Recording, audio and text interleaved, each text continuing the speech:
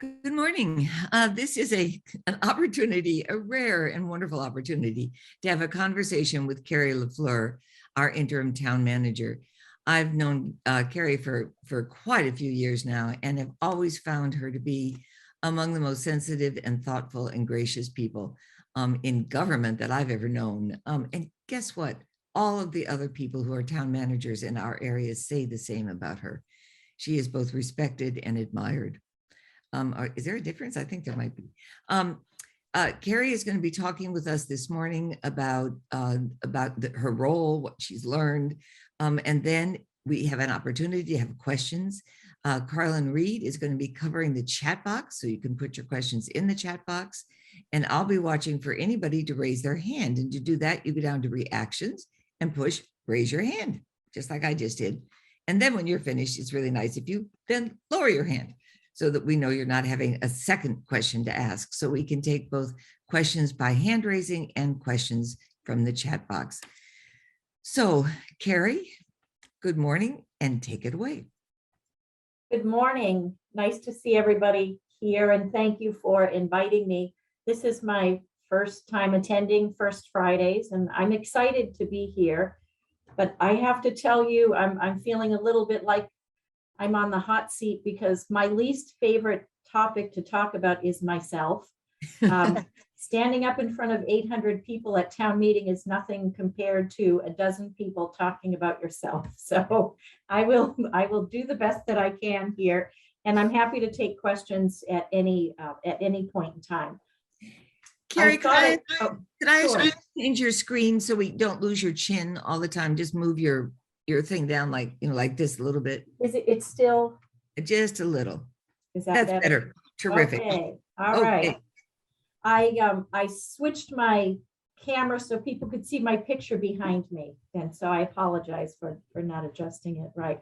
So I thought I would talk a little bit about my background, maybe something about why I came to Concord, the current opportunity here, and what's next. And I have several other topics if we run out of things to talk about that we could touch on. So I have worked in local government for 31 years this month. I have a master's degree from Rutgers University in public administration. I've worked in 4 different states. I started in New Jersey when I was in graduate school and did some work there in economic development and finance. And actually, as I was thinking about it this morning, even in technology. So back in 1991, when I was finishing graduate school, technology in the municipal setting was pretty slim. And I was actually involved in installing computers in different communities and teaching people how to use that. And if I told our technology staff that today, they probably would laugh and they wouldn't believe me because I am not the most technologically savvy person. But that's what I did when I was in New Jersey. After that, I came out of graduate school at the time of a recession. I had originally wanted to work in federal government, and there were not many opportunities. And so I was looking for a position, and one of my professors thought I might like working in municipal government instead and helped me find an internship. And I went to work for the city of Manhattan, Kansas. And 31 years into my career, I will still say that Manhattan, Kansas was the best place I had worked. But I'm hoping every day that Concord is going to be the best place that I ever worked. And a lot of the staff here will hear me say that this should be the best place that you work. And I know some people don't feel that. And maybe at some point you might want to ask questions about the employee survey that you may have seen or had heard about. And I'm happy to talk about that. But I am hoping that I can be part of making Concord the best place anybody worked, because we all spend a lot of time here. We put a lot of energy and a lot of ourselves into the work that we do, and it should be the best place. It's a wonderful community. We have a lot of community participation, we're able to work on issues here that are so different and just so different than what other communities work on. And it's really inspiring to be able to work on issues that make the community better, but also make the world better. And you don't often have that opportunity in local government. So I didn't mean to go off on Manhattan, Kansas, but it was a great place for me as a young professional to work. There were not a lot of women in management positions in municipal government, even in the 1990s.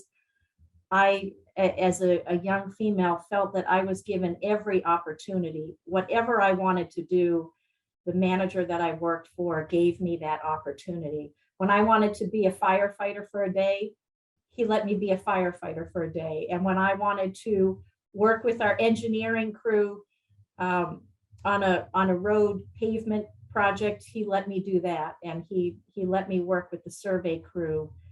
We had a municipal airport. We had a municipal zoo, and I got to be a zookeeper for a day.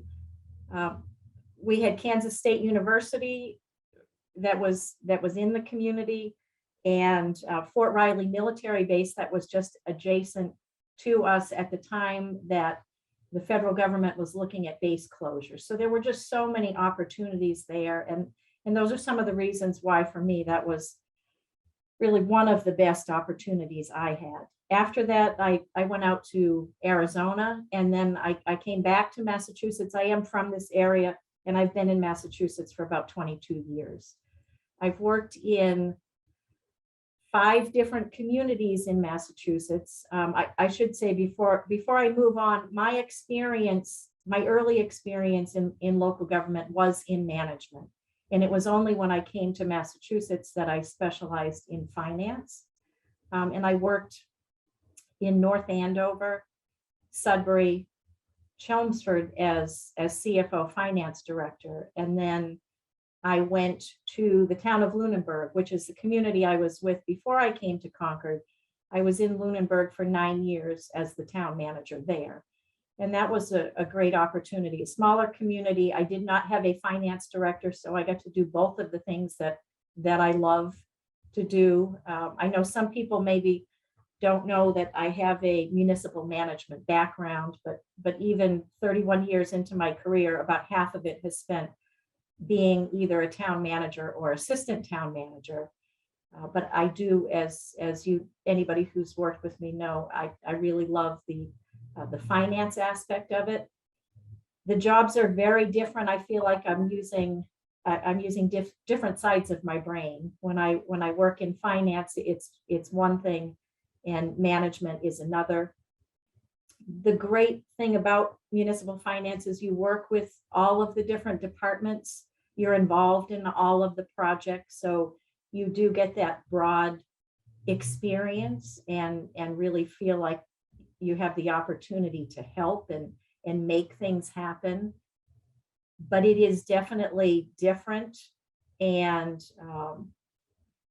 I really enjoy working with people. I'm one of those people who enjoys working with committees. And I think if you do not like working with boards and committees, it's very difficult to work in municipal government. And so I appreciate both aspects, I guess, of the different opportunities.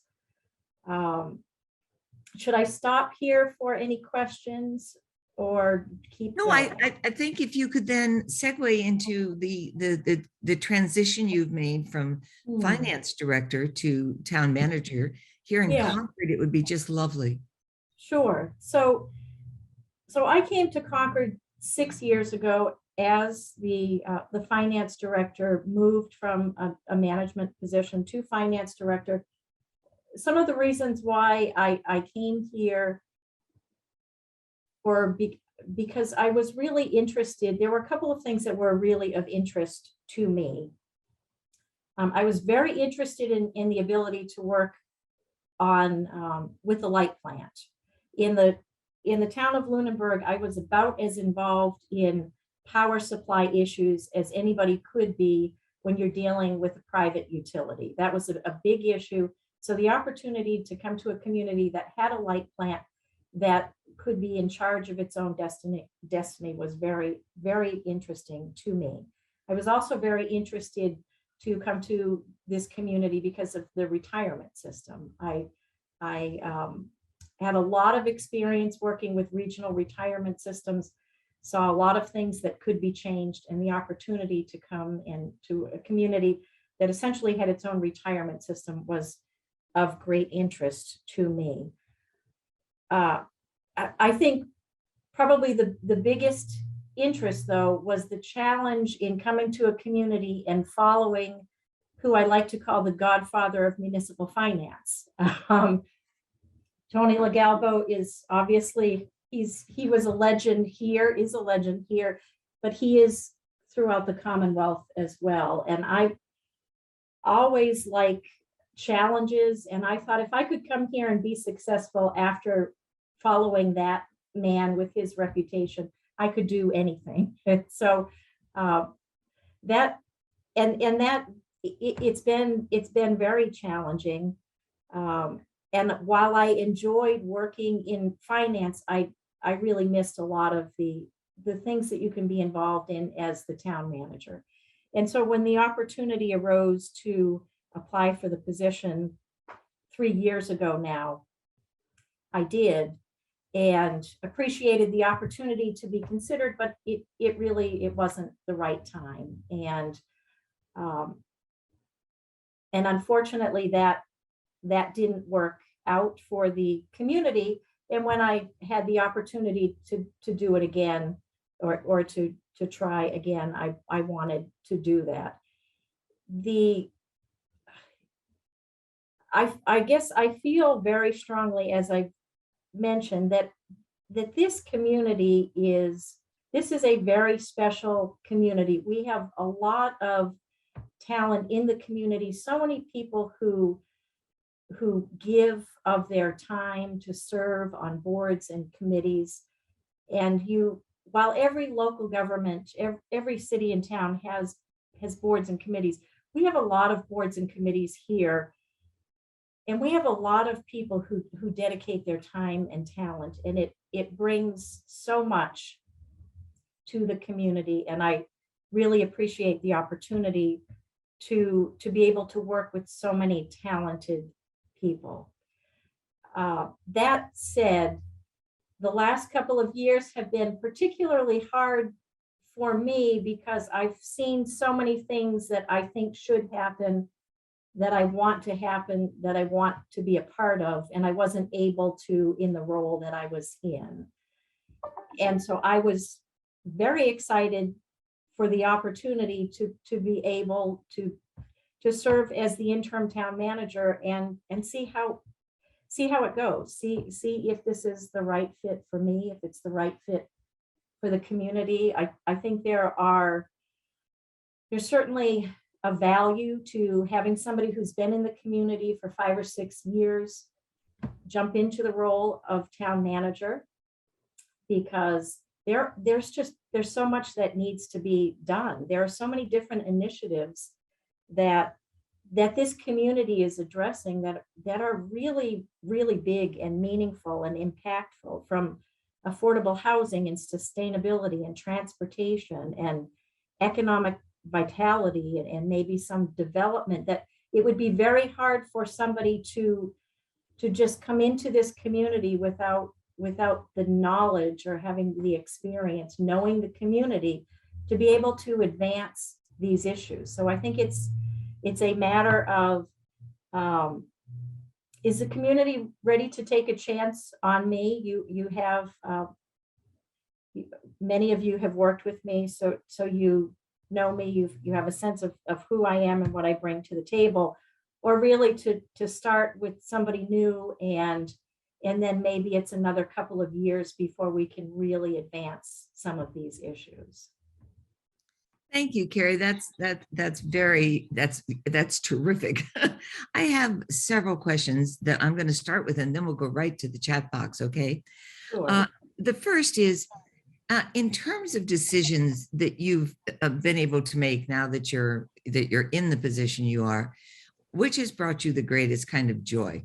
I mean, what action have you been able to undertake that you just quietly, when you tuck yourself in at night, think, oh yes, hooray, I got to do it?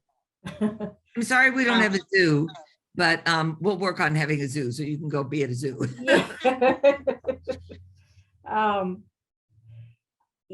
I think right now what is most meaningful to me is being able to resolve some of the employee issues that have been longstanding. And these are obviously internal. There's probably, you don't have a real window into right. those, but there have been, well, there have been some that are personal, that there are employees who have been maybe feeling like they're not recognized for the work that they're doing, that they're not fairly compensated for the work that they're doing. So I've been able to make some really good progress on a number of those issues. And that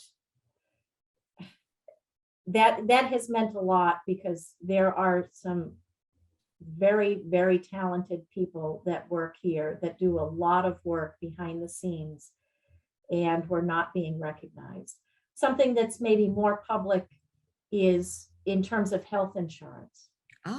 So for anybody who has, anybody who's following our health insurance discussion, the town of Concord has traditionally made a lower employer contribution to health insurance than other municipalities.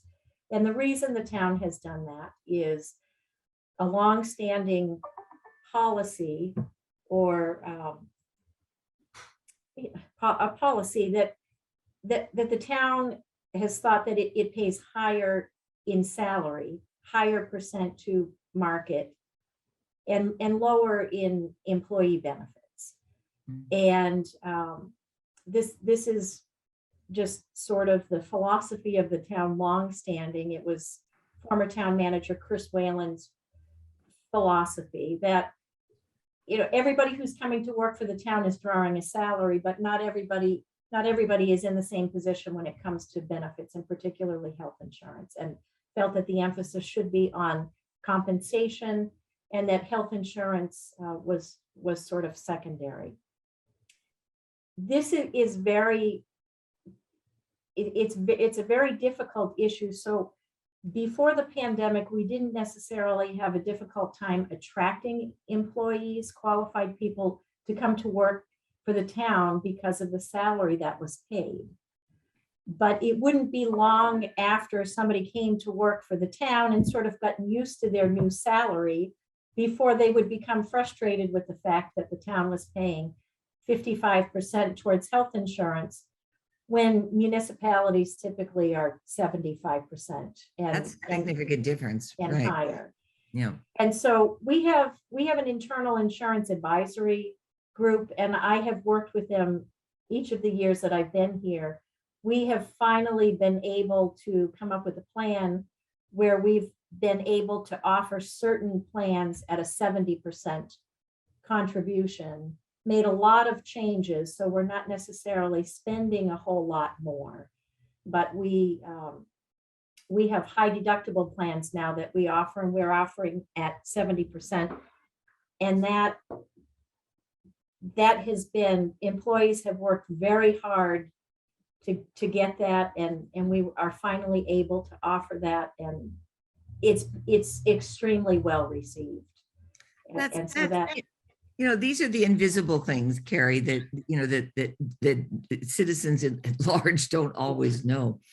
What do you think are the biggest needs the town has from governmental perspective right now going forward? I mean, what's on the top of your list of things to start to address? So I would say the remaining capital needs. Obviously, the community very generously supported the middle school project, and that is a huge project needed for a long time and is going to have a financial impact to the community for a long time. That said, we have additional capital needs. We have a public works facility that is in need of substantial repair. We just approved a roof replacement project at annual town meeting. So that is terrific, but there are many, many needs there. That site is not, it's not secure. We don't even have a fence around the site. So that site is easily accessed by anybody. We have millions of dollars worth of equipment that we store outside. We don't even have under roof, and that has an impact because if equipment and vehicles are stored outside and exposed to the weather and elements, they're not going to last as long as they would if they were undercover.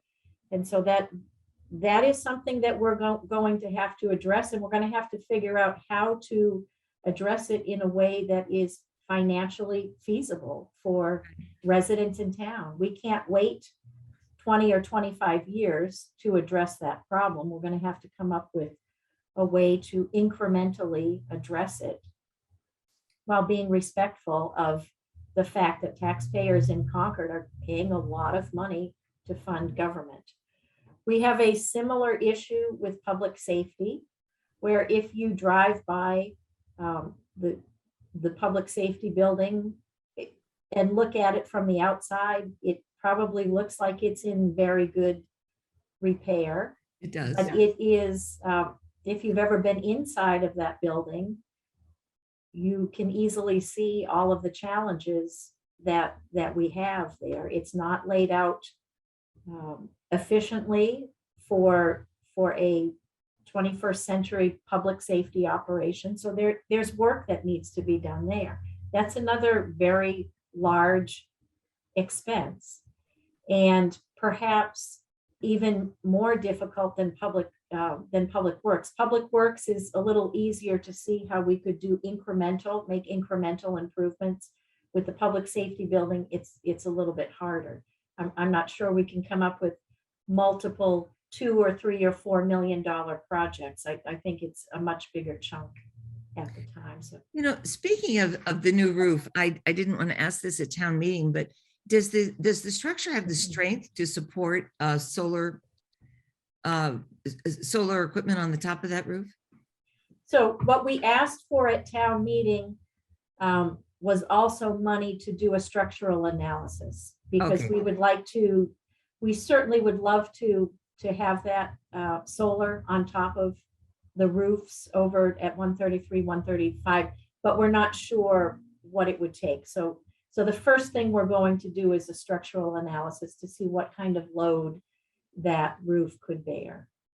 Terrific. I know we have a lot of people in the chat box. So Carlin, can you queue up some questions for us? Thank you. You bet. Happy to do so, Kerry. It's been a very good talk so far, and I'm looking forward to hearing how you answer these questions. We have a couple things here, and you may have already touched this before, but I just want to briefly put it out there. How are you dealing with town staff burnout? We have a number of interim positions in town, and that reflects maybe a normal change in the rotation of personnel. But I'm getting a sense that there are some staff members who are just kind of tired of it. How do you deal with that? So it's interesting. We're trying to get people together. We're creating opportunities to get people together. Some to do work and some purely just for social. So I mentioned that our insurance advisory group was meeting recently. So that is a group of about 40 individuals who participate in the process. It's hard to get people together. Everybody works a different schedule. Everybody's working in different buildings. And so we had originally talked about, is it easier to do these meetings on Zoom, or do people want to meet in person? And every single person wanted to meet in person. Employees want to see their colleagues in different departments. They want the opportunity to interact with them and spend time. So we are creating opportunities to get people together. We have a coffee next week that we're hoping to do, a monthly coffee that is available to any staff member that wants to stop by. And this one is just purely social. Some of the ones in the future may have some sort of training component to it, or just a discussion about topics that employees are facing. But I would say that what we're doing is just creating opportunities for people to be together and finding that is what people need the most right now. Okay, you mentioned creating opportunities to bring people together, and yet during the pandemic, we've seen changes in the work arrangements. One question we have in the chat says, how might the modified work arrangements used during the pandemic change how the town employees do their jobs? So at the start of the pandemic, we had very few people who could work effectively from home. They didn't have the technology they needed at home. We are very, very paper-based. We're moving a lot of information around through paper. The things that we have done to transition the workforce, now every employee that has a town computer has a laptop. Instead of a desktop computer, they have a laptop, and they have the ability to take that home with them so that they can work remote if they need to. Just 2 weeks ago, we finally were able to install our new phone system, which allows people to get their phone calls through their laptop.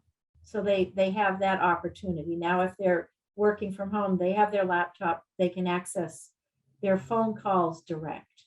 So those are two things that have been extremely helpful. The allowing people to have some remote component, regular remote component of their schedule is very, very challenging in this environment, because we have people who can do none of their work remotely. Police officers, firefighters, our public works staff, our line workers at the light plant, and trying to balance and provide fairness and equity across the organization. It's been a real challenge, and I can't tell you that today we have an answer. We're trying several different things and getting feedback, but it's very, very challenging. And yet we know that in order to retain employees, we're going to have to allow some of these practices to happen. It's interesting. We just in maybe March finally reopened all of our offices to essentially our pre-pandemic hours with some changes. We had a fair amount of feedback from residents that they felt that because we weren't open our normal hours, they really felt that their access to their government was limited. And so we did reopen, but then we also have the challenge of employees want to be able to have some remote work component. So it's very, very difficult to balance, and we're still working at it, trying to figure out what it's going to be like to work in a municipal office over the next several years. Sure, there certainly are lots of challenges. One of the challenges that the League is always looking for, and how people address it, is the challenge of transparency in government.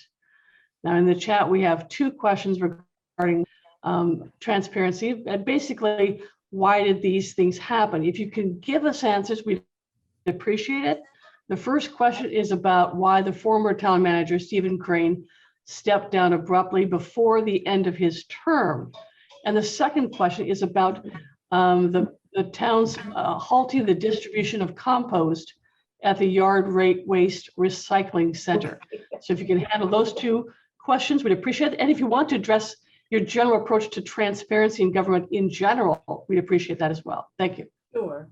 So, I'm not really in a position to speak for why the former town manager stepped down. I'm sure it is of no surprise that there were things that were very challenging for him. There were things that he did very, very well. And I have to say that there are a lot of employees who really appreciated his approach to managing and interacting with employees. And it was very difficult for them then to see him not be as successful in other areas of his job.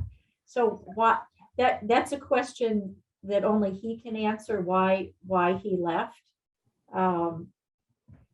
I know it was very difficult for him. I worked very closely with him, and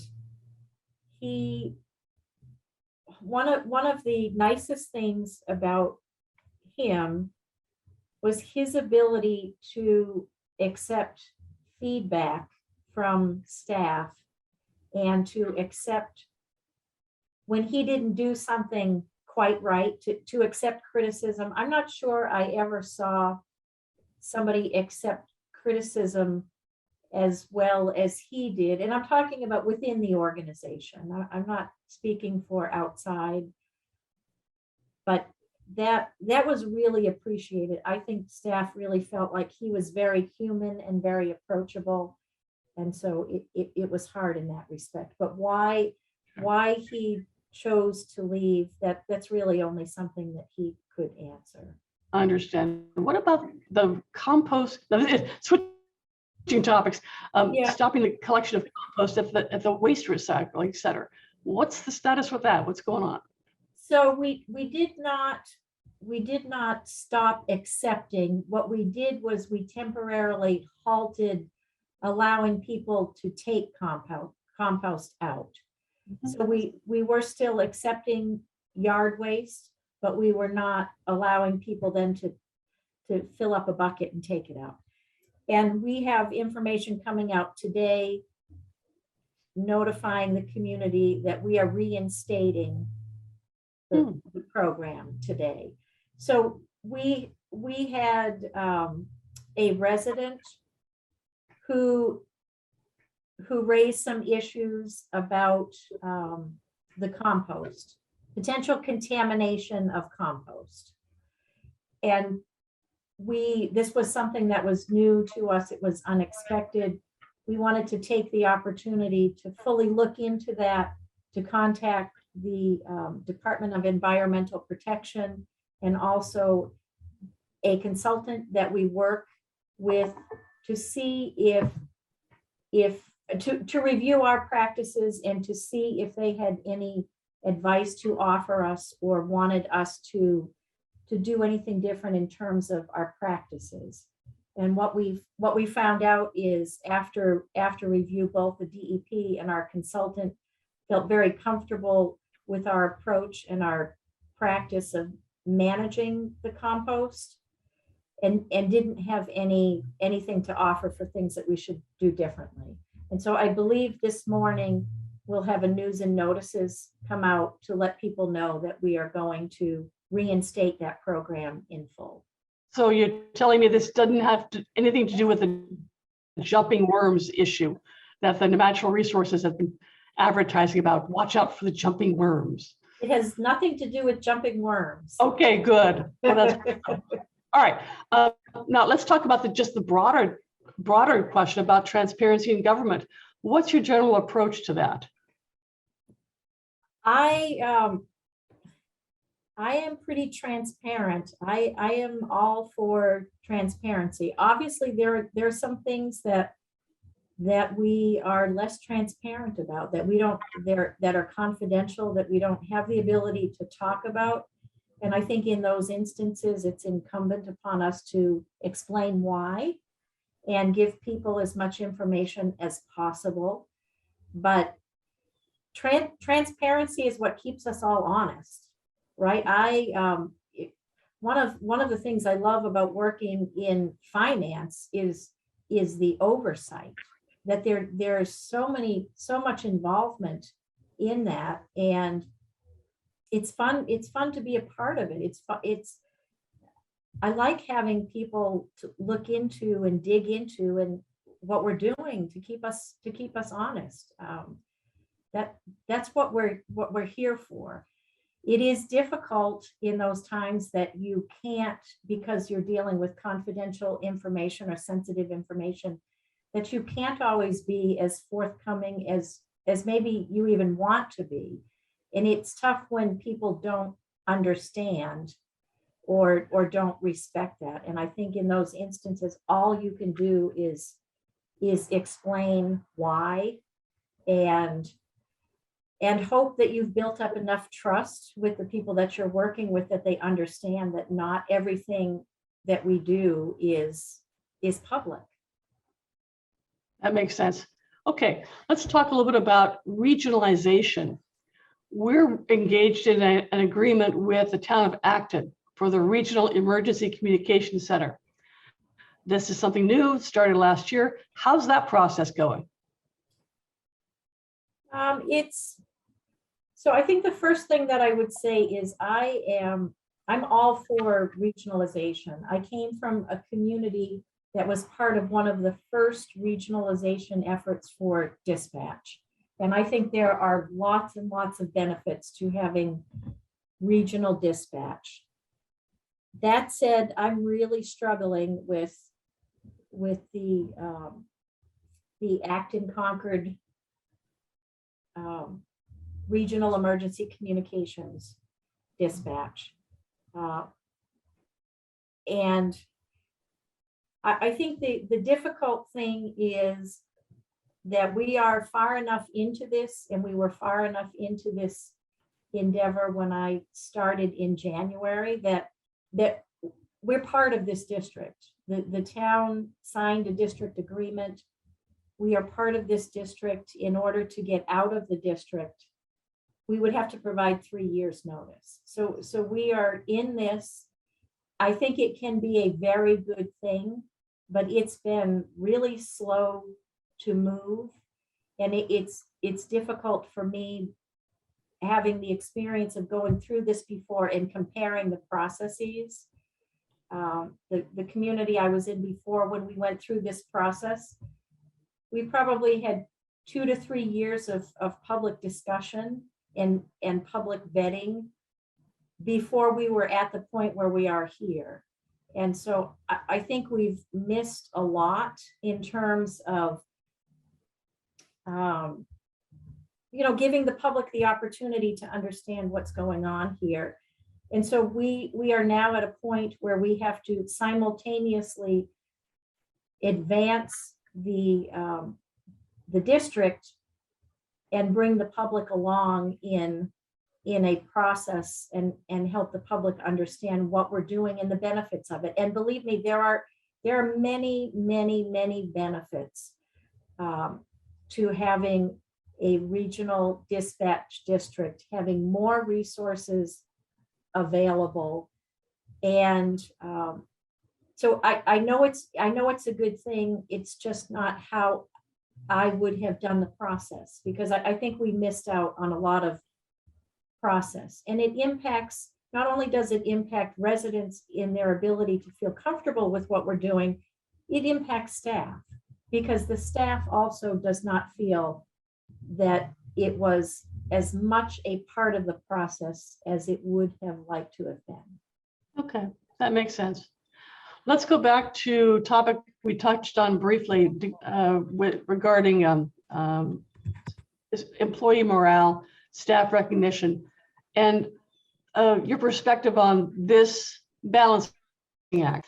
A question that we have from Stefan: in order to make Concord the preferred place to work, do we need to pay the most and provide the richest benefits? Or can the work environment and recognition for accomplishments or opportunity for advancement make up for some of the budget dollars? How do you deal with that balancing act? So we are just getting ready to embark on a classification and compensation study. We have not done one of these officially since 2008, so it is long overdue. I think there are certain positions within our organization that maybe are below market, but I think most of the positions in the organization, I think we're pretty close to where we want to be in terms of compensation.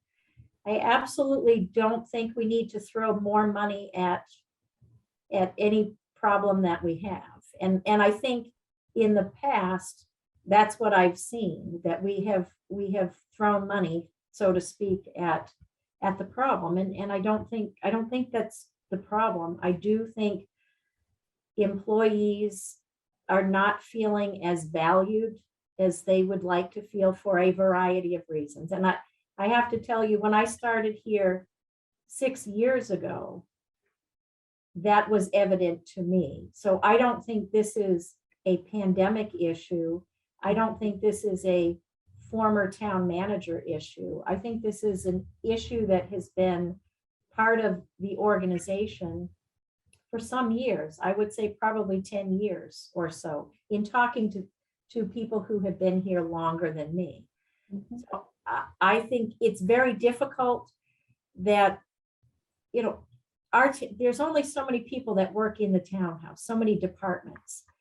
You go to other communities and the townhouse, most of the municipal organization is working out of the townhouse building. That's not the case here. We have people working out of multiple locations. So it's much harder to make connections with employees in other departments. And because of that, it's hard to know what other employees are doing, what other departments are doing, what they're facing. And so I think I would agree that what we need to do now, in addition to checking the market, is really focusing on what are the things, why are people less happy than they should be? Why are employees less happy working here than they should be? And what can we do to improve that? And I think a lot of it has to do with recognition, not money, but feeling valued, feeling respected, and feeling recognized for the contributions that they're making. Thank you. At the beginning of today's talk, you just briefly mentioned what it feels like to stand up in front of 800 people at town meeting and give your presentations on the various warrant articles.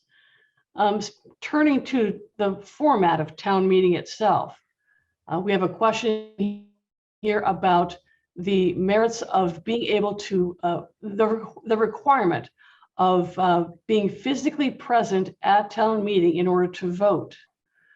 Now, I know when I was working as a poll worker, I had several people come up and say, why do we have to be here in order to vote? Why can't I vote at home?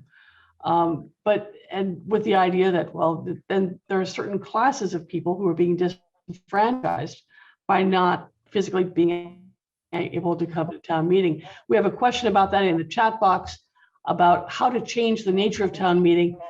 So it's presented as a forum for discussion and debate, but the voting could be handled differently. In private, like we vote with the elections. How do you feel about electronic voting? And if it were to be the way to do it, if it was approved, how would you go about affecting that change? Well, so unfortunately, that is with the state. So we do not have any ability locally to allow for remote participation in town meeting. Something is going to have to change, because people don't live the same way that they used to. They don't have the ability to come and sit for 4 or 5 hours, 1 or 2 or 3 or 4 days. People can't do that, and government cannot be left just to the people who have the ability to do that. But that's at the state level, and I think I would imagine that after we get through this town meeting cycle, so towns in Massachusetts are all typically having town meetings in April and May, that there will be a push to make some change. I don't know how easy or hard that would be. We certainly have the opportunity to make our interest known to our legislative delegation and ask that they carry the water on this. We certainly can contact the Massachusetts Municipal Association and let them know what our experience is, but we're very limited in the changes that we can make locally to allow greater participation in town meeting. Okay. All right, Diana, I want to give you a heads up. I have one more question in the chat, and then I'm going to be turning it back over to you. But before I do that, Kerry, I want to let you know that there are several comments in the chat. Thank you for your time serving as the interim town manager, and thank you for being here and being very appreciative for your intelligence, your sensitivity, open-mindedness, and for making yourself available and being willing to step up into this role. So you have some supporters. You have a lot of supporters expressing their thanks in the chat on this. Okay, the last chat question I have here goes back to the concept of health insurance. You've touched on it briefly already, but the particular question I have from Ellen is, how does the sub-market rate health insurance impact employee morale? Yeah, so Ellen, I'm not sure if you were on when we talked about health insurance a little bit before. So and I noticed the number is growing, so I can touch on that. She was not there, Kerry, so. Yeah, no, so I'm happy to take that up a little bit more in depth. So health insurance, it's a big issue with employees. And over the years, the last 3 years or so, we have taken a lot of time to analyze the cost of health insurance, to look at what our counterparts are paying. And each of the last 3 years, we've come up with incentive plans for health insurance. And so the town offers insurance plans from 3 different carriers. And each year we have identified the most cost-effective plan, and we have incentivized that. So on top of the employer contribution, we've added an additional amount of contribution for anybody who has enrolled in the most cost-effective plans. Unfortunately, the most cost-effective plans for the last 3 years have been the Fallon insurance plans. The other plans that the town offers are through Tufts and Harvard. And so there are a lot of people who, for health insurance, like a lot of things, brand name means something. And the Tufts and Harvard brand name is much stronger than Fallon, even though Fallon has made a lot of improvements over the years. And so we still didn't see people migrating to Fallon, even though when we did the provider network match, and there might be a 97% match between all of the networks, people still weren't going because they felt that Fallon was an inferior plan. And so they remained unhappy with health insurance. Fortunately or unfortunately, Fallon is out of at least the municipal health insurance market, and we were able to pick up Blue Cross. So now we have the golden standard of health insurance, and Blue Cross actually is coming into our health insurance offerings as the most cost-effective plan. And so we are able to offer the best rates on really what people perceive as the best health insurance. So we're seeing a lot of positive. We're in open enrollment right now, and we're seeing receiving a lot of positive comments about the ability to have a Blue Cross health insurance plan. And Ellen, I mentioned earlier that that our Blue Cross high deductible plan, we are offering at a 70% employer contribution, which is much more in line with what other municipalities are offering. Got it. Thank you. All right, Diana, I'm out of chat questions, so it's back to you. Thank you, Carlin and Kerry. Tanya, you have a question. Hi, yes, good morning, and thank you, League of Women Voters, for inviting Kerry, and thank you, Kerry, for coming. I just want to give the heads up that there is a new interesting question from Stefan in the chat also that may be worth addressing. But other than that, I wanted to enhance Carlin's comments about the appreciation for Kerry. I think your wonderful qualities, intelligence, sensitivity, listening, I think these also bring out the best in everyone else. And I hope you're able to stay as town manager. I wanted to put that in there. I was also like extremely impressed right now how you answered the question about town meeting participation. Anyone could have just said that's up to the state and leave it at that. But you were so thoughtful. So thank you very much, Kerry. That's what I wanted to say. Thank you. Terrific. Kerry, I have a question that has to do with kind of systemic management. When there really are three constituencies to whom, in broad baskets, to whom you're responsible. There's your staff in the broadest sense. There is the select board and the kind of oversight governing process, and then there are the citizens. How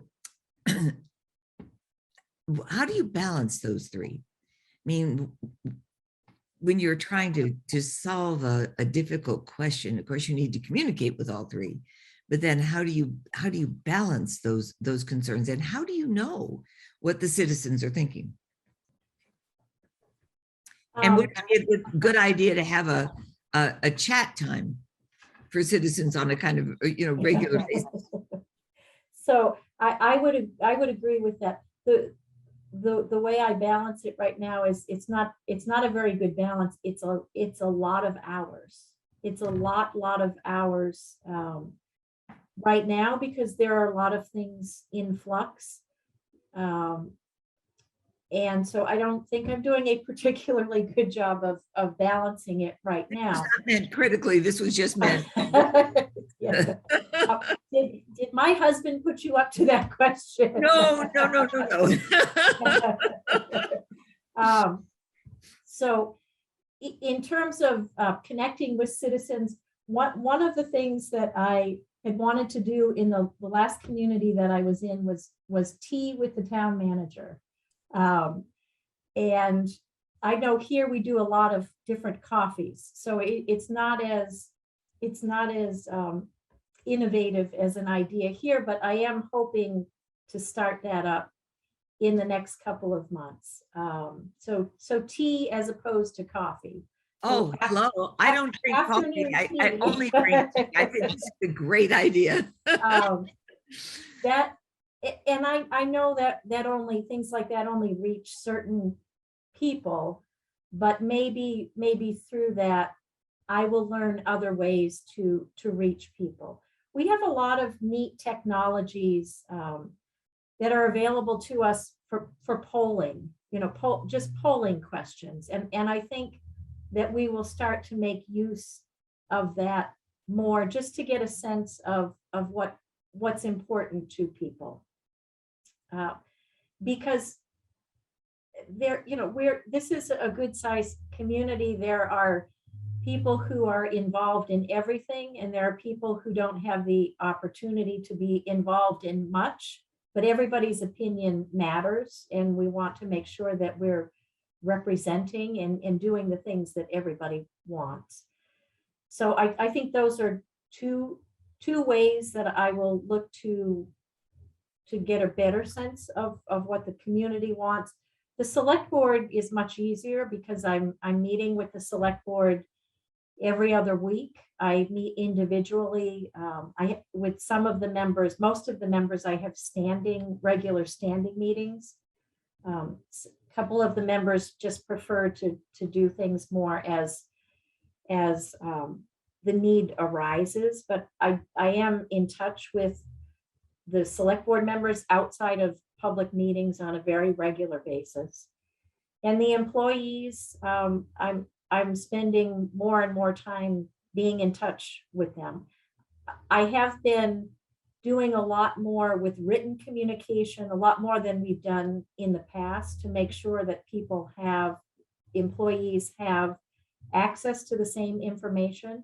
But we're going through that same process internally, trying to understand how employees want to receive information, because we have, I don't know how many different generations in the workforce, but a lot right now. So we have people who want everything verbally, and they want to be at meetings, and everything down to, I think we have some employees that would like me to tweet 120 characters and get a message, an effective message out. So it's very much the same working inside the organization and then in the community, because we're dealing with people of all different ages and interest in communication. So it's complicated, isn't it? I mean, as social media has grown as a device or a way of communicating, plus texting, plus, I mean, I, for instance, know that the only way to get our son's attention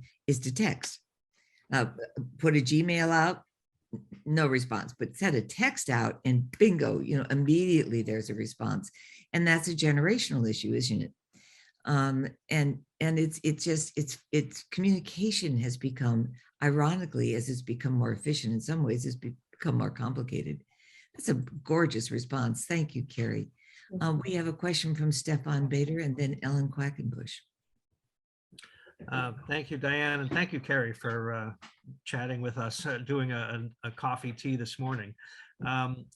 Looking for creative solutions to complex issues, thinking outside the box is something that Concord values, but sometimes that crosses jurisdictional areas. For example, I think that had there been a financial analysis to support Article 33, it would have passed. I hope it would have passed. I think the outcome could have been different, but a financial analysis from the town's view or from the developer's view is not in the purview of the planning board, nor do they have the funding to pay for something like that. So my question is, can we find another way to get to yes? And I will take this opportunity to say that doing nothing will not help our housing issues for anyone. New residents, old residents, rich residents, poor residents. It's not working to do nothing. yeah, so Article 33 not passing obviously is very difficult, because a lot of people put a lot of time and effort into that, and feeling pretty defeated, at least this week, and maybe next week after people are rested up from town meeting, they'll feel different. But I do know it's been a topic at almost every meeting that I've been to this week, and people are feeling very, very defeated. I think you have to know what information do people need to make a decision. And I think in this case, we missed the mark on, at least to some extent, about what information people needed to make a decision. And this is something that I talk to staff about a lot, because the information that we need to make a decision is likely not the same information that the public needs. Because when you're involved in something 5 days a week, 7 days a week, you're not looking at it from the same perspective as the public. And so I think we need to do a better job understanding what information, in addition to what we think is going to be needed to advance these initiatives, because an incredible amount of time was spent on creating that amendment, but we still missed the mark. And I'm not sure right now how soon we could put a revised bylaw together with the information that people requested. But at least we know what it is now, and we can figure out how we're going to go about getting that so that we get the right information to town meeting to make a more informed decision on that. But I agree with you. Something needs to be done there. We have to have documented what we want to see to make sure when those opportunities arise that we're getting what the community wants and we're not missing out. And I certainly hope we're not going to miss out in the Thoreau Business District.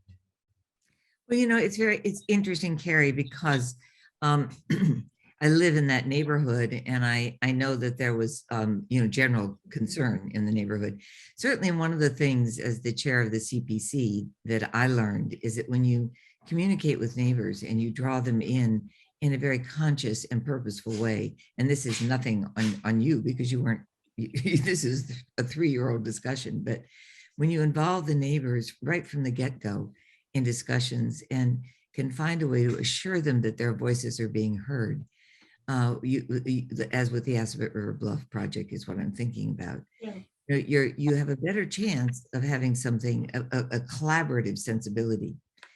And I think that as we go forward as a town, I think that's an important goal for all of us to hold close to our vision as we move forward. Ellen Quackenbush.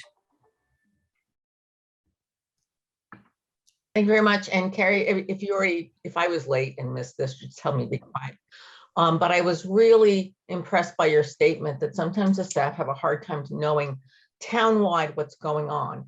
And I think I applaud you to having listening posts for the citizens and talking directly to staff. And yes, my daughter never responds unless I tweet to her. But I wonder if there's a way to pull cross-department staff folks together to look at themes and challenges. I'm thinking specifically about the goals of Envision 2030, where you've got, we kind of mentioned this, FinCom, planning, ZBA, lots of different people at Assabet Bluff. At least it seemed to work beautifully. But for the town, I can imagine the frustration for our excellent staff if the problem is the silos. And that's not the staff's fault. It is more like what you're saying is that people have a hard time understanding what everybody else is doing. And so I think that we're sub-optimizing the great, great quality of our staff, which I think is absolutely spectacular. So I suggest that when you're doing any kind of staff communication or listening, that you try to do it cross-functional, cross-department. Yeah, I couldn't agree with you more. Obviously, the pandemic made it very difficult for us to do anything other than the basics. We definitely hear on a regular basis about silos, and I agree with you. I think a lot of our operation operates in silos, and I think one of the reasons for that is that the community is so incredibly supportive of the work that we do that it's not hard to get something approved at town meeting. In other communities I've worked in for projects, sometimes you have to go bring the project forward more than once. But this community is so incredibly supportive and trusting of the organization that for the most part, it's approving what's being brought forward the first time. And the beauty of having to go back is you get feedback, you know what you need to work on a little more, and then you bring back a better project. And I don't mean this to be a criticism in any way, shape, or form, but you definitely lose something in the process when things are approved the first time out of the gate. And in terms of funding, the community, again, is very supportive of the budget process. And in other communities where that's not necessarily the case, departments have to work harder together to get things approved. So I think that is part of the reason that we have silos, because departments have been able to bring forward items, purchases, projects, and they do get approved. The other thing that I wanted to mention, so we have a senior management team, which you've probably heard the reference to the senior management team. The senior management team is the town manager and all of the department managers. And this is a group of 11 people, and essentially responsible for the overall coordination and operation of the town. We then have a division manager group that is probably 4 times that size. Very, very talented people. Many of our division managers served as department managers in higher level positions in other communities. They come here for because they love the community. It's well funded. Salaries are good, and there is a lot of opportunity for advancement. But we have this group of people that we haven't made the most effective use of. That they are great at managing their division, but they can do so much more and add so much more value to the overall general management of the community. And we have not made great use of them. So one of the things that I am hoping to do, that I've talked about for years and years and years, is to get this group of division managers more engaged in cross-departmental general management of the town, because they are the next leaders within our organization, and we need to set them up for success. That is so beautifully stated. I'd love to work for you. Diane, I've got plenty of openings. Tell me what you want to do. Andrea Solomon, you have a question for Kerry. Yes, just building on the notion of being more collaborative between departments, I was hoping to just maybe suggest that even committees and boards be more collaborative between each other so that we can keep each other informed. I know going back years even, there's been articles presented at town meeting that affect one particular department, but they seem to have the least say in it.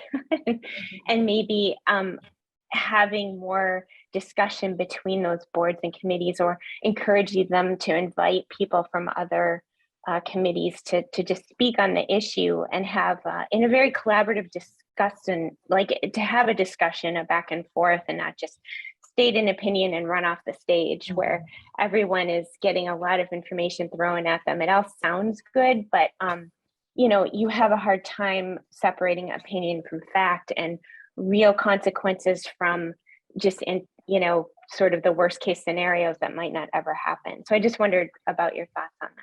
Yeah.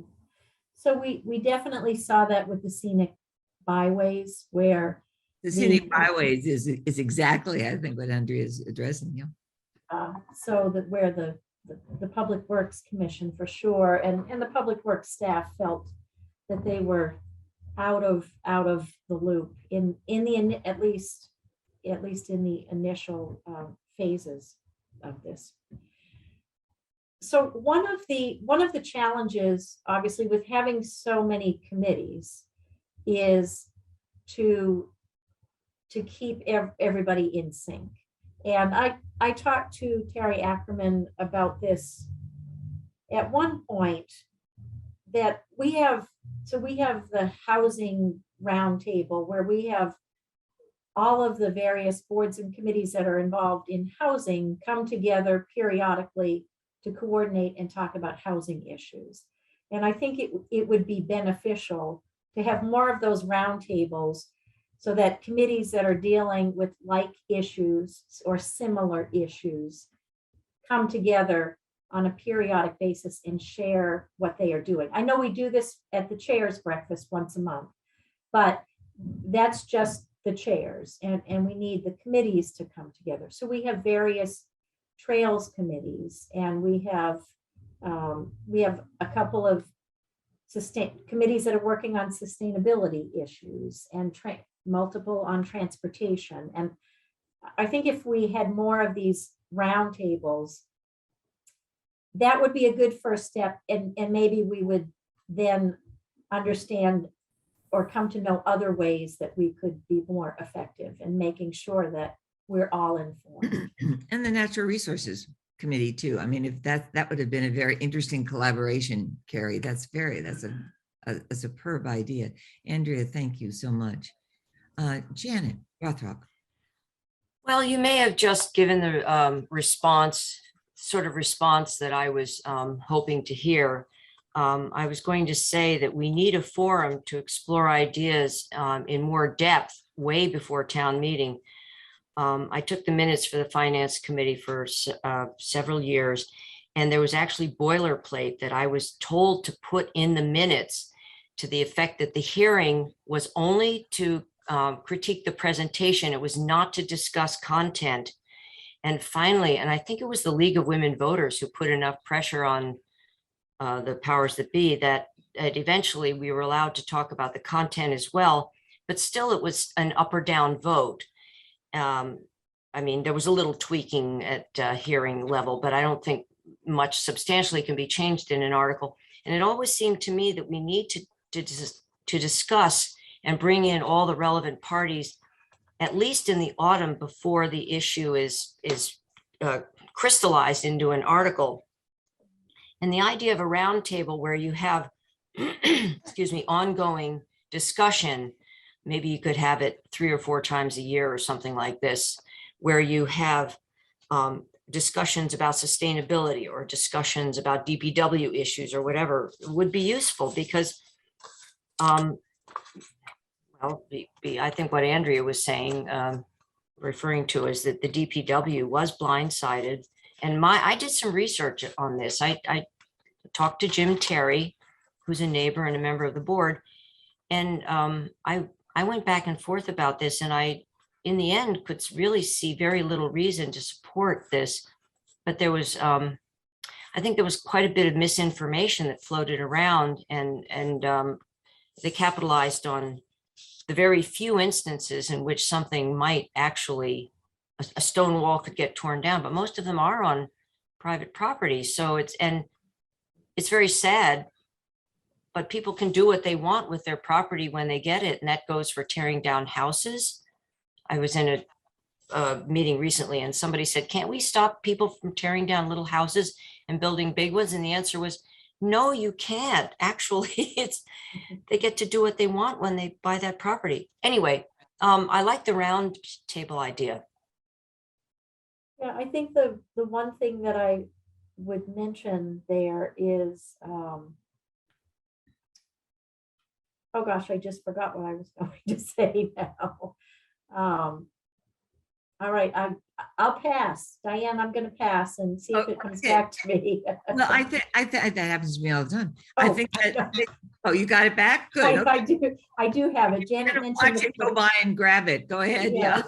Janet mentioned the public hearing process. And I have to say, I do think the public hearing process is extremely valuable for the budgets in particular, because a lot of the questions and discussion about the budgets happens through the public hearing process, so that when we get to town meeting, the budgets, which typically are a big issue in other communities, are a little issue for us. And then we have the time to focus on the zoning articles, the citizen petitions, and other things. So I think the public hearing process is very helpful. It doesn't mean that it can't be improved, but it certainly is working very well for dealing with the financial issues. Yeah, it may just be that it's not the right venue for some of the issues that, especially ones that cross several articles. I remember several years ago, there was a discussion about where to put the buses, the bus depot. And there were 3 articles that came up and at that particular town meeting. And I know the Finance Committee met before town meeting every single night for, I think it was 3 nights that year. But the three articles were It was all an up or down vote, and they should have talked to each other months and months before this. Because anyway, it was an odd process, and it crossed lines that it couldn't be dealt with at a hearing level, but. Well, Janet, you're hitting on a major issue, and it was exemplary to watch you do the research you did on the scenic roads byway, because you went one way and then another in an intelligent and informed way. And that really gets Kerry to another issue. Right now, we don't have a very strong newspaper in town, but there's going to be one.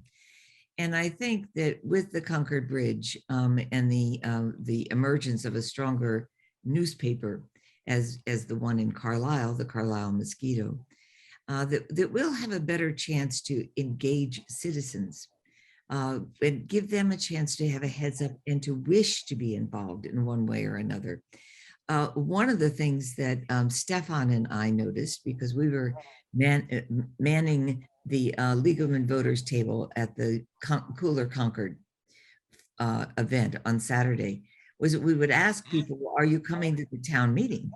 And there were lots of people who didn't kind of even realize there was a town meeting, or would it be consequential, or why would I bother? So we run up against an essential issue about communication, don't we? And how we communicate various perspectives, how we educate our citizens. And this is an ongoing process because the importance of making sure, for instance, that we hold on to the hybrid meeting process so that folks who can't be in meetings can observe them. It really has given, from my understanding from talking with other committee chairs, a much larger audience than they might have had. The only place to communicate were in a stable room someplace.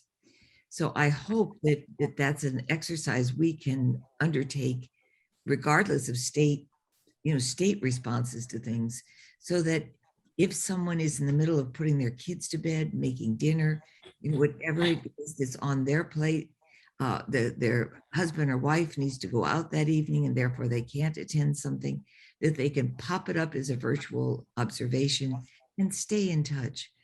So I hope that whatever efforts we make in that direction, I know that they would be appreciated. I just want to. Wait just a minute, Jen. Go ahead, Kerry. I was just going to say from our perspective, the perspective of staff, we are very interested in continuing hybrid meetings using Zoom or some other platform as a forum for as much for public engagement as for the ability to record the meeting, because as I know you are all aware, we're having a much harder time with preparing minutes for meetings. Yes. And the traditional model of having staff attend evening meetings to be able to be there, to take notes, to then go back and prepare minutes, it's just going to be harder and harder. And even we're not recording or not broadcasting all of our meetings through Minuteman Media Network, but even for the ones that we do, we're relying on that technology. But with Zoom, as I'm sure you know, it's wonderful because you can see who's speaking, their name is there. There's a transcript that you can go back to, and it makes it so much easier for us to be able to prepare minutes. And when we don't have minutes, we could at least post the meeting. And so you can have access to the meeting until the minutes are prepared. So we're all in support of that. Yeah, I mean, it's really wonderful, and it's made a huge difference. Janet, you had a response, and then Liz. Yeah. Fun fact, when I was running the Observer Corps along with Diane a few years ago for the League of Women Voters, I looked at, we didn't cover every single meeting, but we covered, I don't know, a dozen of them or so. And the only night that I could find in an entire month when all of the observers could get together and exchange information was the third Monday of every month, which just goes to show that there are so many meetings that normal human beings cannot get there, I know Mike Lawson has done it, but most of the rest of us can't. So I would really second the Zoom meeting concept. And it occurred to me when you were speaking just now, would it be possible, instead of having to take minutes on every single meeting, to simply have I don't know what it is, but like you can get computers to listen to the speech, transcribe it into words, and then post it with, and if it were searchable, so if somebody wanted to know about stone walls or housing or whatever, they could go to a meeting transcript, search keywords, and they could at least find the sections where that stuff was discussed. And maybe that would be a way to get around having all the humans taking minutes. There's, yeah, go ahead, Kerry.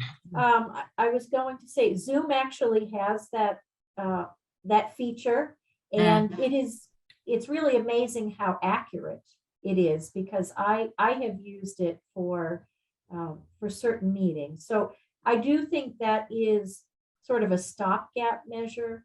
I don't think that gets us out of the business of minutes, but it certainly helps maintain transparency and provides an opportunity for the public, because even the minutes are, the minutes might not capture something that you're interested in. So I do think that we could do that, and we could certainly make it searchable. So that's a great suggestion, Janet.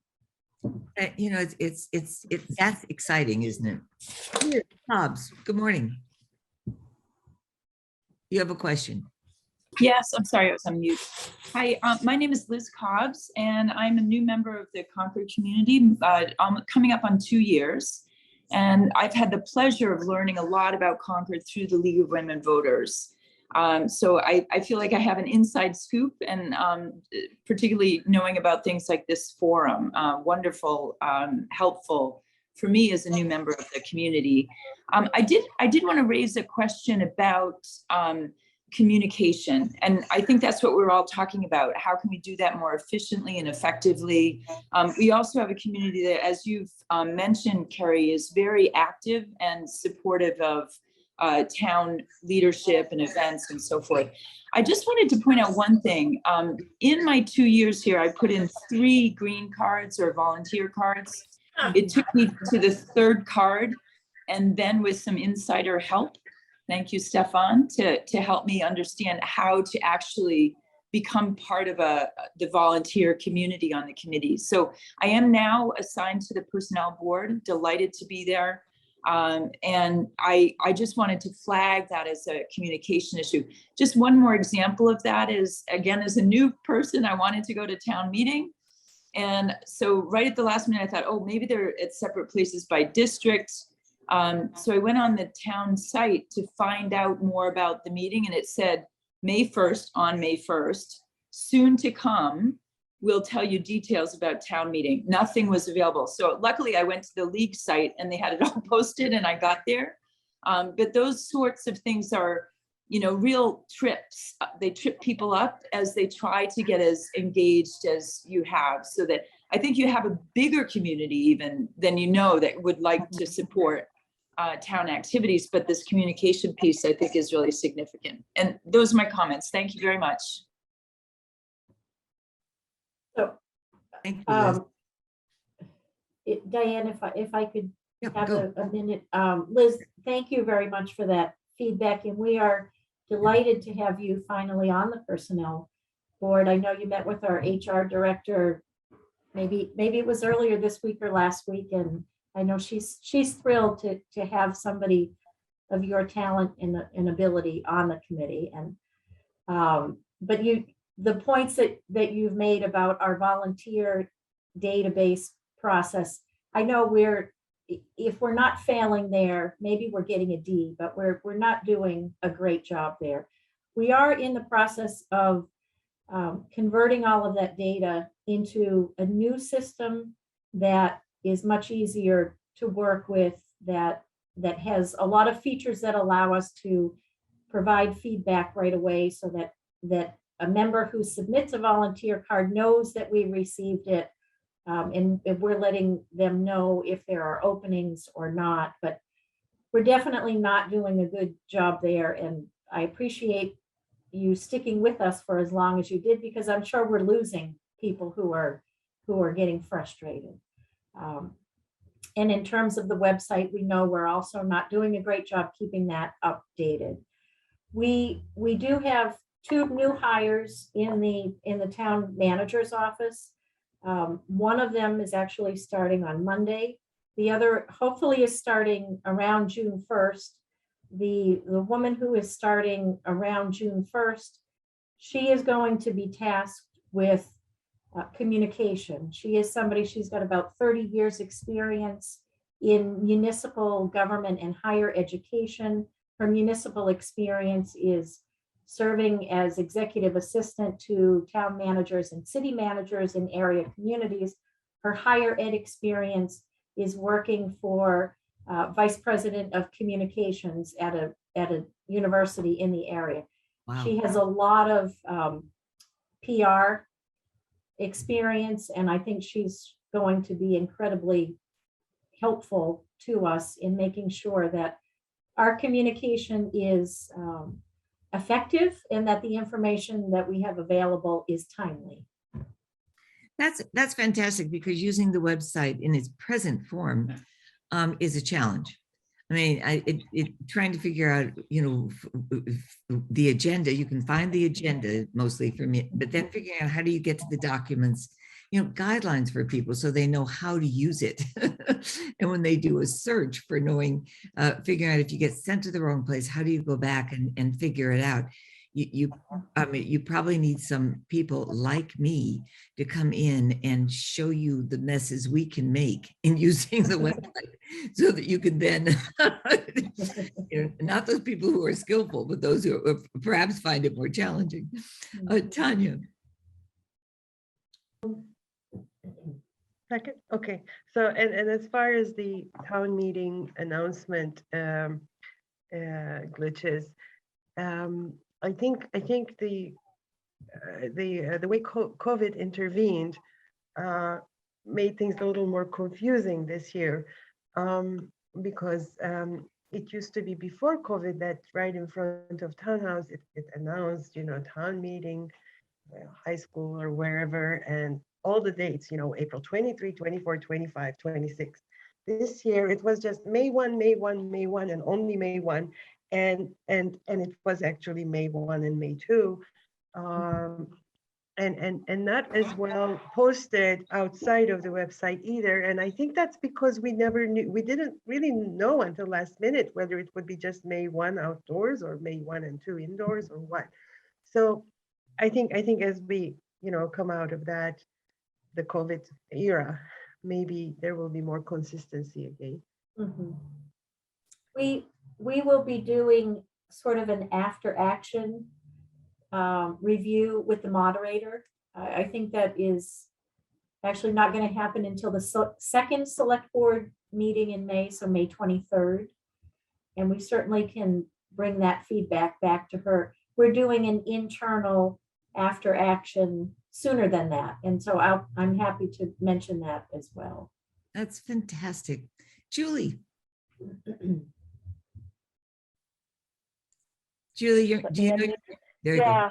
I wanted to pick up on the communications question because it's come up a number of times, and I'm really excited to hear that we have someone coming in with so much experience, because I think that is essential. One of the things that I observe in my own life, both as a person who sometimes does communications for this organization, but also as a human being just trying to communicate with other people, is that most of us, I'm looking around the room, many of us are old enough that we grew up in a universe where the number of communications channels were fairly small. And so there was a limited number of ways if you could get something in the local paper. You called someone on the phone, eventually you called their answering machine. And one of the things about the modern ecosystem for communication is that it is multi-channel and fractured. And one of the ways that people deal with that is they pick a preferred communications channel, and it's now out of hundreds or thousands, depending on how you want to count. I have some online accounts that I maintain only because I have a close friend who will only communicate that way. And so one of the things I think we have to step away from is that there's a silver bullet. You know, if we just figure out the one channel, whether it's the website or the newspaper or whatever, that it's going to magically, you know, we put the stuff up there and everybody will find it. I think that the reality that everyone who does this kind of work is coping with is that that is not the world that we live in now, and it's not going to be the world that we live in, at least for the foreseeable future, assuming civilization doesn't collapse and we're back to, you know, sending pieces of paper by runner. And I think I'm wondering if you could talk a little bit more about the particular challenges for the town, because you've talked all through here about specific communications, but how does this work as an overall kind of philosophy? How do you have to think about this? You know, wouldn't it be great if we did go back to, we had a newspaper and everything went in the newspaper. But I remember back in the earlier days in my career when people were reading the newspaper, and that's where you put information. And let me tell you, I still got calls about, I don't know what's going on. And I said, well, it's in the newspaper. And they'd say, well, I don't read the paper. Yeah. Well, okay, how do you get your information? So I think this notion of, it's more complicated now because there are more venues, but the notion of whether or not people are as informed as they want to be certainly isn't new. And it's evolving. I think, you know, one of the survey questions I'm going to send out internally is, how do you want to receive information? And I think we'll probably send that out externally so we can understand where people are going to go for information. But then it's interesting because if somebody's going to go to a newspaper or to the website, the communication can be of a certain type, of a certain length. But if somebody's going to go to Facebook or Twitter, then that's how are you messaging that in a way that you're going to effectively communicate what you're trying to say within the limitations of that? And I appreciate those of you who've said the only way you can contact your kid is through a text. Mine are TikTok. My kids want TikTok videos. I mean, so, and they're forever trying to get me to do a TikTok video. Oh, sorry.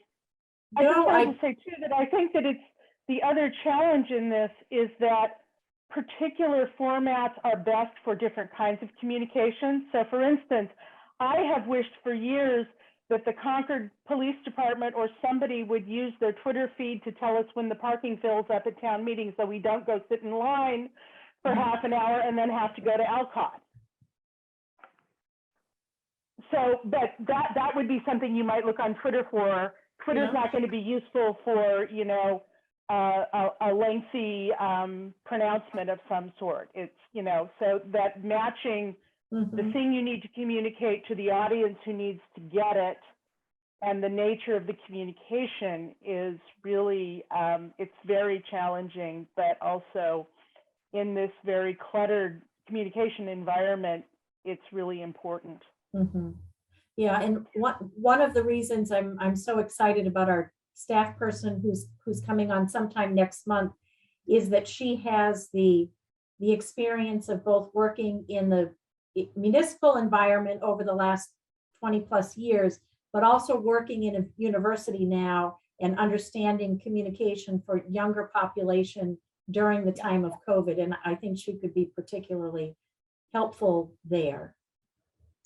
You know, and this gets back to just something that's so simple, is that you don't get news and notices unless you go to the website and sign up for news and notices. And then you have to know that that's the only way you can get it. And how do you readily sign up for news and notices? So that all of those things, you know, there are layers, aren't there, of, Mhm. of communications so if Julie's grand idea about a Twitter notice, if the parking lot were full, were filled, then you have to know to go to Twitter to figure that out. My wonderful husband has just sent me a question, Kerry. Will the new staff person be the contact with the public for questions that people have about communications or the website or whatever? So she is the, yes, for the town manager's office, select board, she would be the primary contact. And we're not releasing her name yet because she's still going through our pre-placement process, but hopefully that is concluding pretty soon, and we will be making an announcement. Well, that's exciting. I know a lot of people watch the select board, so if there were a way to have her introduced at the select board, then she might get an even broader, a broader introduction. That's fantastic. Janet has a question, and then Liz Cobbs. Yeah, remember the old days? There used to be a welcome wagon. They'd come and they'd bring you a bunch of coupons or doodads or something. Maybe we ought to have something similar concept so that when you move into town, I don't know what the first contact is with the townhouse, but you would get some kind of welcome wagon concept relating to communications, like here's who you call. And hopefully they only have to have one email address or name or something because they'll remember that more. But that could be the gateway to all the other ones. So maybe this communication person could be the person they talk to when they get a little piece of paper with the name and the email address or phone number or whatever when they go to register to vote. When they, I don't know, do you have to show up in person for a bill for water or sewer or whatever? Well, maybe in the water bill, like once a year, they could send this out and say, because everybody uses water, I hope. But if you can find a place where either people periodically, like once a year, make a contact and they all make the contact or something like that, Yeah. Okay, enough said. Great brainstorming. Liz. Janet, I was going to say the same thing. Oh. I think that, as somebody who was looking for that kind of introduction to town, that it didn't come. So I'm a recent witness that would be very beneficial. I was also going to add in that with your new person, it might be a good idea to start with a forum, because as you can see here, there's so many good ideas already about how to do this and what might work in this town. To have kind of an open forum where she meets people and it's in person and hybrid, et cetera, would really, I think, help to get us all acclimated to a systematic way to look at where we'll find what information. That would be terrific. Thank you. And thank you, Janet. Yeah, and that person might also want to meet us because then she could find out where she could find kinds of information from the community. I was a bit amused, Kerry, to watch the way the League of Women Voters in our town is so very active and engaged in town government and has been such a strong voice for communication between the town government and our citizenry. And that's not always true in many communities. Acquainting someone with this as a, I hope, always a constructive microphone to get information out is fantastic. Kerry, you have given us so much of your time today, and we are so grateful. Your not just your generosity of spirit and kindness, but your generosity of time, which is the most important gift we all have to give each other, is very much appreciated. Thank you so much. Do you have any final comment you'd like to make before we thank everybody who's come? I want to also thank the tech crew, Dina Whitfield in the background, Julie Rowing they've both been managing it, as has Linda Zifrin, Carlin and her magical managing of the chat box, but go ahead. I would just like to thank you for the opportunity to meet with you this morning. I appreciate the gift of your time as well. I'm sure there are other things that each of you could be doing, so I appreciate the opportunity to share some time with you and hear what's on your mind. And I look forward to meeting with you and hearing from you in the future, and looking forward to seeing you at the inaugural town manager tea, whenever that happens in the next couple of months. I just love that you pick tea. You have no idea what it does to my soul. I have everybody in the town manager's office drinking tea all afternoon, so that is That's fun. that alone is brilliant. Thank you, Kerry, so much. And thank you to everyone who took their time to join us this morning. This will eventually be posted on our League of Women Voters website under the Town Government Committee, so that if you want to review this or you want to send people to see it since you know they missed it, please do so. It will come up on Monday Member News as well. I mean, on Minuteman Media Network as well. So there'll be lots of opportunities for people to observe and to share in this discourse. Thank you all and have a lovely day.